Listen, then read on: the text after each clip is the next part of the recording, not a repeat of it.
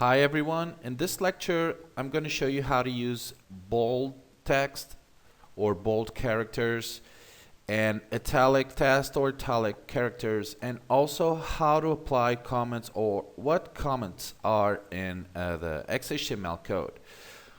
So the first thing, let's start by creating some bold text. It's very easy. So we have here the code that we created from the last video. I advise you always to save the code when we end the lecture, because probably we will proceed in the next lecture with the same code we saved previously. So to create a bold character or a bold text part of the text, we just type the B tags and close B. So in this way, if we opened here the B tag, close it here, whatever it's inside as a content, which is "this are the news," will be in bold. And to prove it, I'm going to show you, and there it is.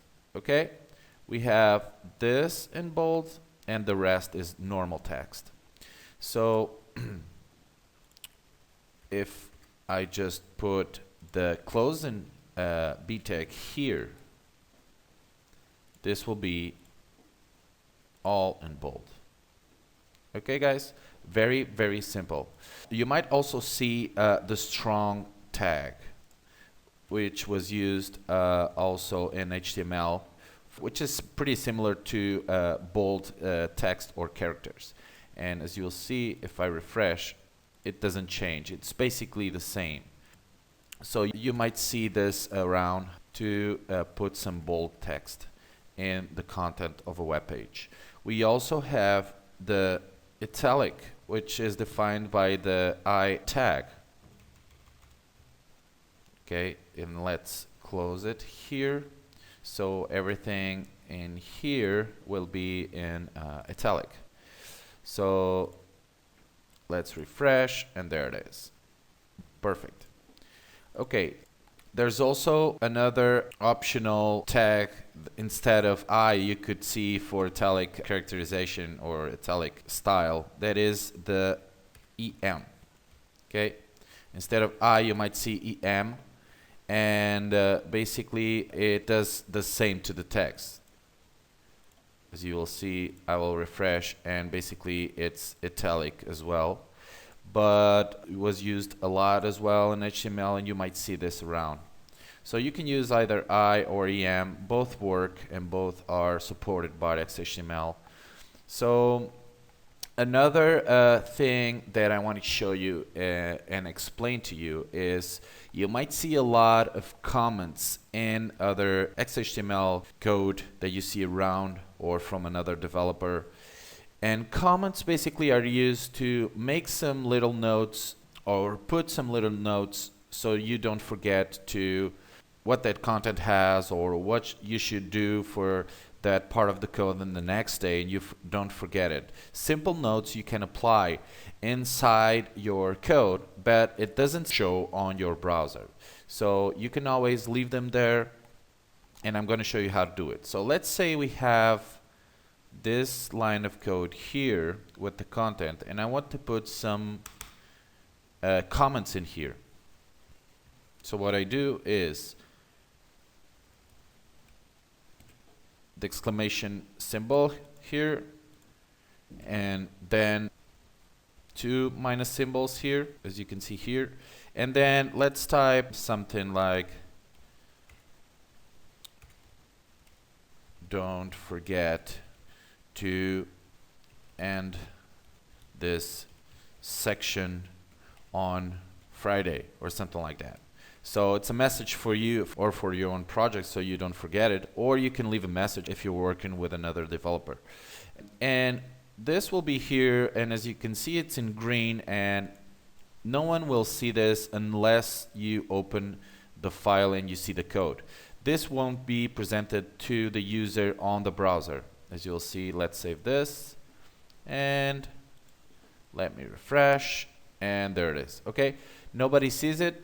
This will only be presented to the developer in the code. Okay, so this is how we make comments on XHTML code. And we can still put this down here and type here whatever we want. Everything will be in green, and everything will be considered as comments, okay, whenever it's between these tags. Other thing that I should talk as well is a block quote. What is a block quote? Block quote are basically an excerpt from a copyright source, and you can set it down the page or down content text. So I'm going to show you a very, very simple example. Let's say we have, let's put this here and call this type more. The guy was waiting for it and was arrested. Now down here, whenever you want to type some little content or text from a copyrighted source, we type a block quote. And to type block quote, just type block quote tag here, okay? And close it, of course. Okay, so whatever we type between them, you'll see how it presents right now in a minute. Let me just grab this. News came from CNN and other sources as well as other journalists or something like that. Type whatever you want just to see the result, and make sure you save this, and if you refresh it, there it is. You basically have paragraphs up in here, and then you have a little space in here. This is for all the copyrighted source that talks about the author or something about the source of the report. So this is how you do it, and it's very used for website news and all that. Okay, so see you guys in the next video, and hope you are practicing your skills, and we will learn a lot more. Okay, see you.